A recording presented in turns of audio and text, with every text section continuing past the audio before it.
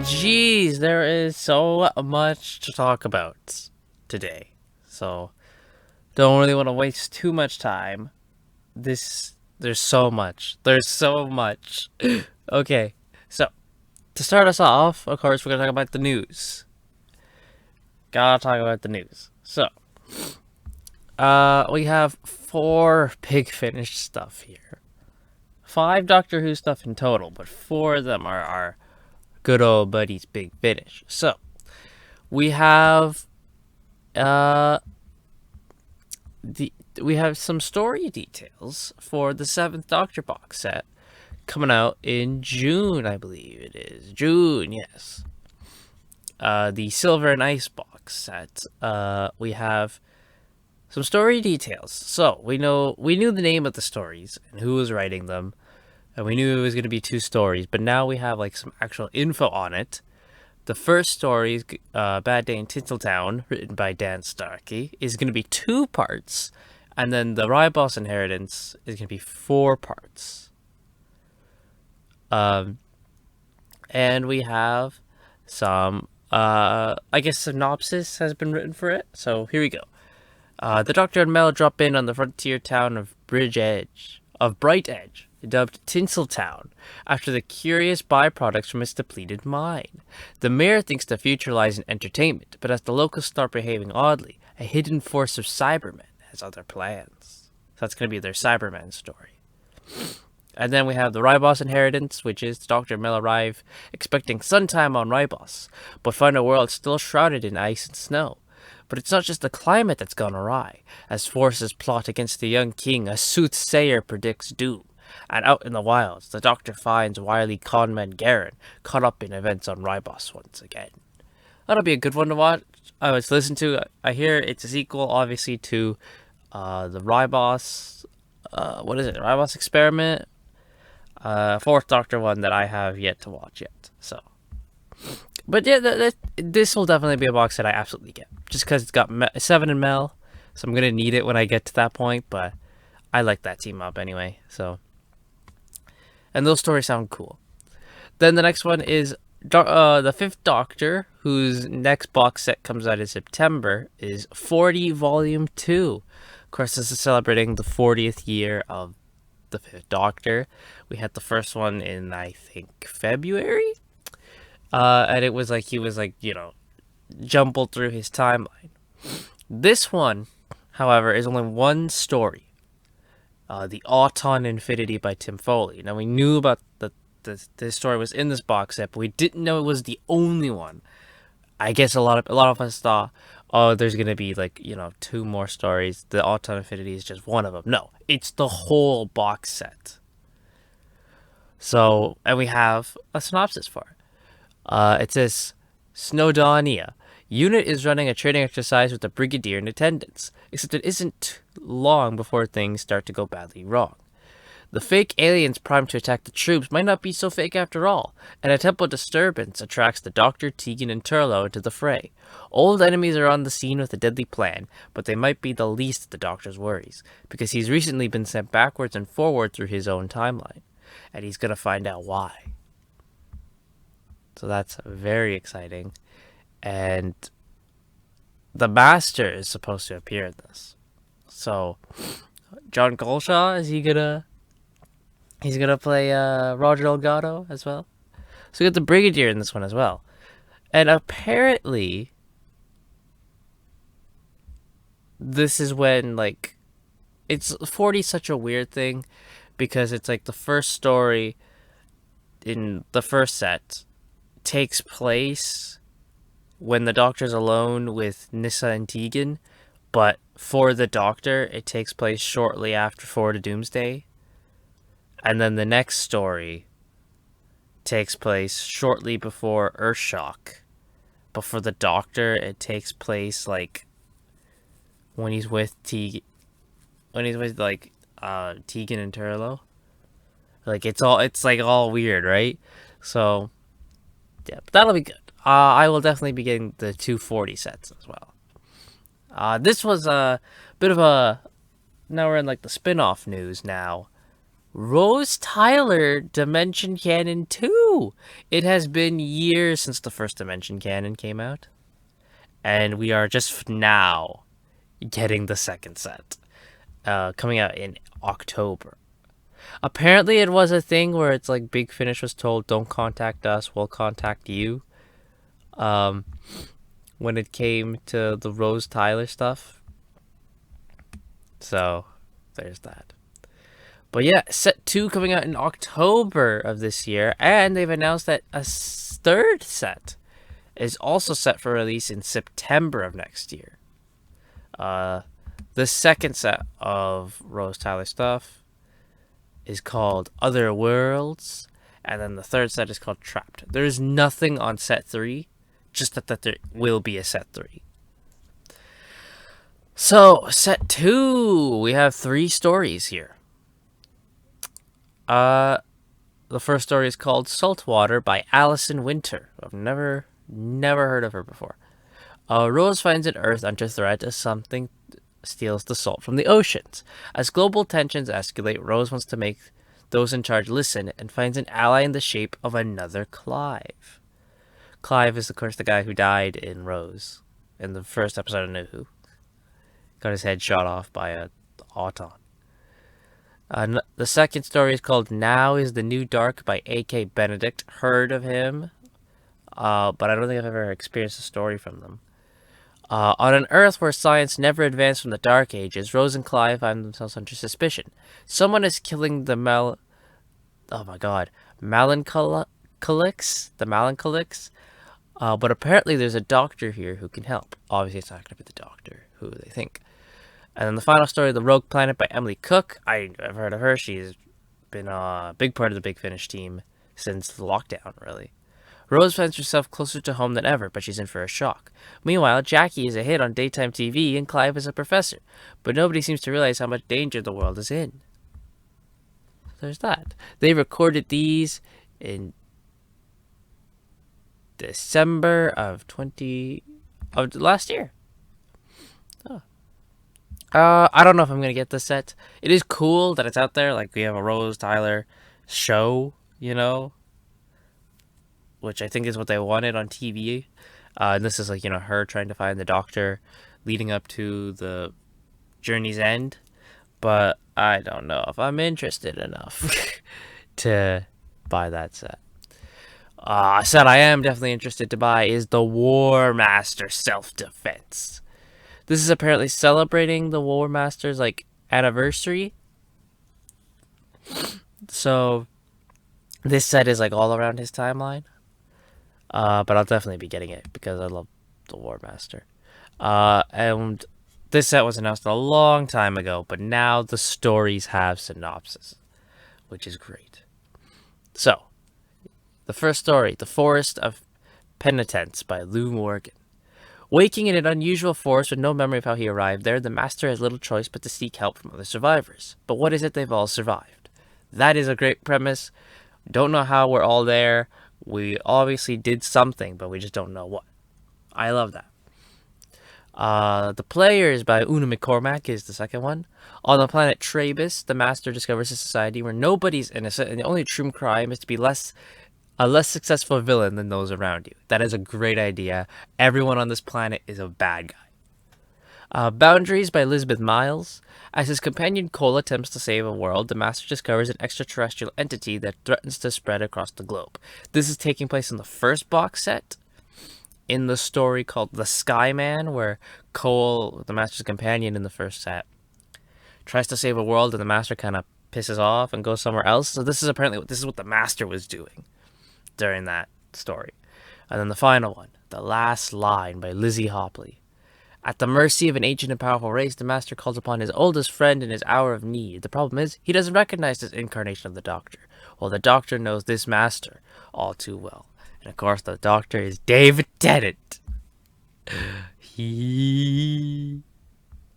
happy. So happy.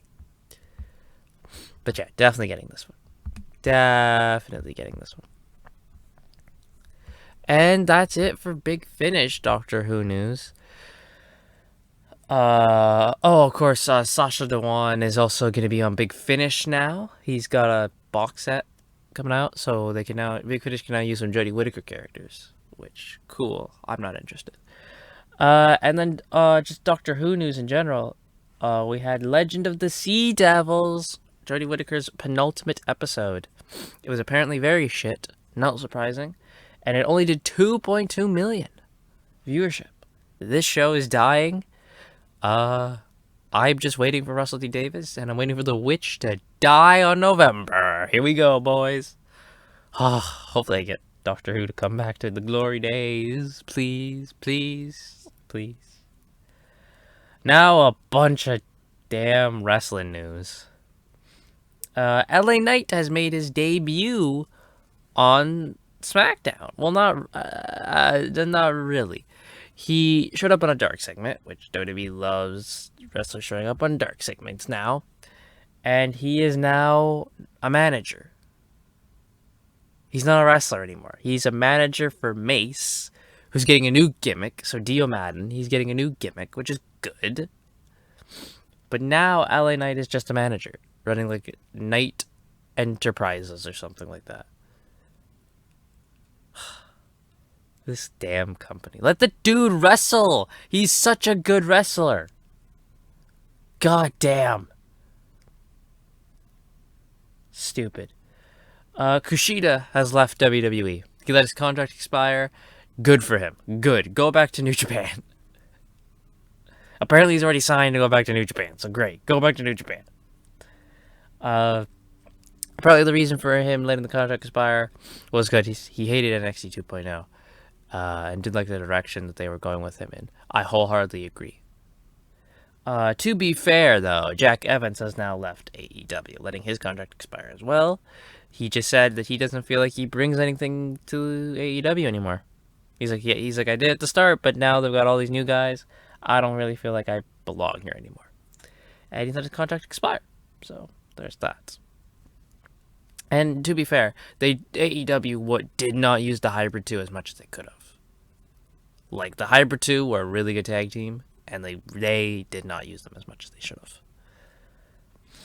have. Blood and Guts will be returning this summer, according to Tony Khan on an interview. Cool, I love Blood and Guts. Yeah, definitely bring it back. It's their war games, so yeah, absolutely bring it back. Especially now that 2.0 is doing war games, and they're doing the crappy version. Let's get the real war games now with AEW Blood and Guts. The AEW game, we have news on it, and this news is the game is set to release in September. Late September is the planned release date for the AEW video game. That obviously could change. That's why they haven't made an official statement, but it's like inside, like, yeah, they plan to release the game by September. Also about the game, we have the game's name. On this past week's episode of Dynamite, you asked the crowd to make some like crowd chant noises for the video game, and Tony Khan revealed that the game's name will be AEW Fight Forever. Not the worst name. And yeah, it's an okay name, right? It's a solid name. Speaking of AEW, and this is the big thing that this whole episode now revolves around.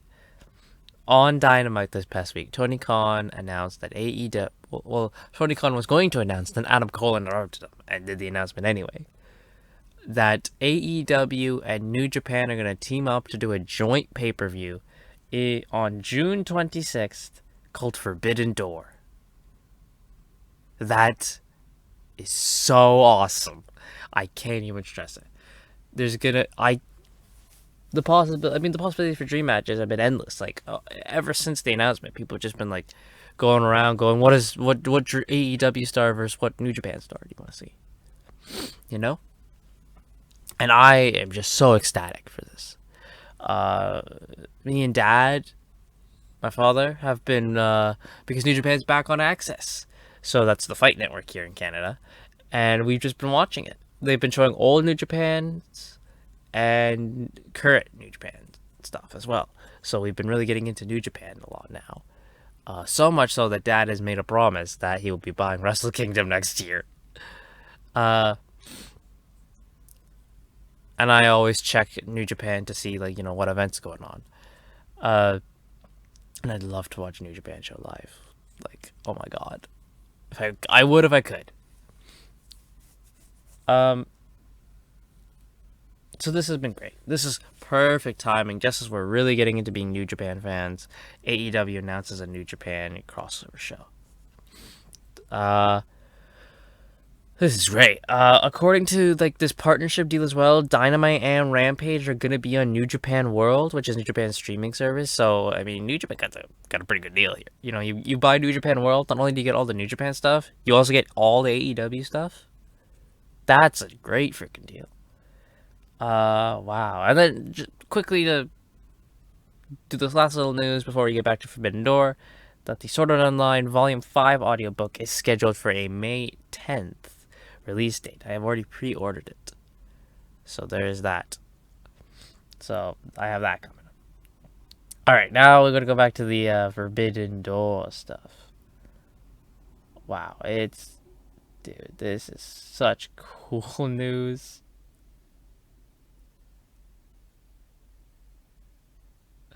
This is such a cool news story, dude. I couldn't believe when it happened. When it happened, I was just I just clapped. Forbidden Door. What a damn name. And this brings me to a possibility that maybe Forbidden Door could be like a name for AEW crossover shows. Like if AEW does a crossover show with Impact, it's also called Forbidden Door. If AEW does a crossover show with AAA, it's also called Forbidden Door. You know what I mean? Like Forbidden Door is the moniker for crossover shows. Like that would be really cool, I think. As for what matches I'd love to see on Forbidden Door, oh my god. Love to see the big one that has been talked about the most and is most likely to happen right now. I think would be Kenta versus CM Punk, GTS versus GTS, or G2S versus GTS. That is awesome. I am so down for that. That will be awesome. So yes, give me that one. That would be great. I mean, obviously we're gonna see the AEW title probably defended on there. Either against a New Japan star or an AEW star. Just have an AEW match there. I think people also expect the IWGP title to be defended, whether against an AEW star or just have it be a New Japan match on the show. Whatever. Just expect some really good dream matches. Obviously, a lot of six-man tags. Just so they can get a bunch of stars on. But yeah, dude, this is insane. This is insane. I am so excited for this. For this show. And it's in June. I gotta wait till June. And there's so much stuff still to come. Double or Nothing hasn't even happened yet. I gotta get through Double or Nothing. And that could change everything. That could change everything about the Forbidden Door show. But the one big thing I want is make sure Okada's on the show, please. Yeah, I'd love Okada to be on the show. I mean, he's IWGP champion, so he's got to be on the show. But again, a lot can change in time. I think he's scheduled to face Naito for the belt sometime soon at New Japan's next big show in May. So that could also change stuff, as well, And there's one other thing. People are asking about Kenny. Kenny's not wrestling on the show. He's still too hurt. I think he could be there and kind of like a, hey, hello, how y'all doing aspect, but he is not wrestling on the show at all. Kenny's not ready. He's not ready. He's still hurt. And I'm fine with Kenny Omega taking all the time he needs to recuperate.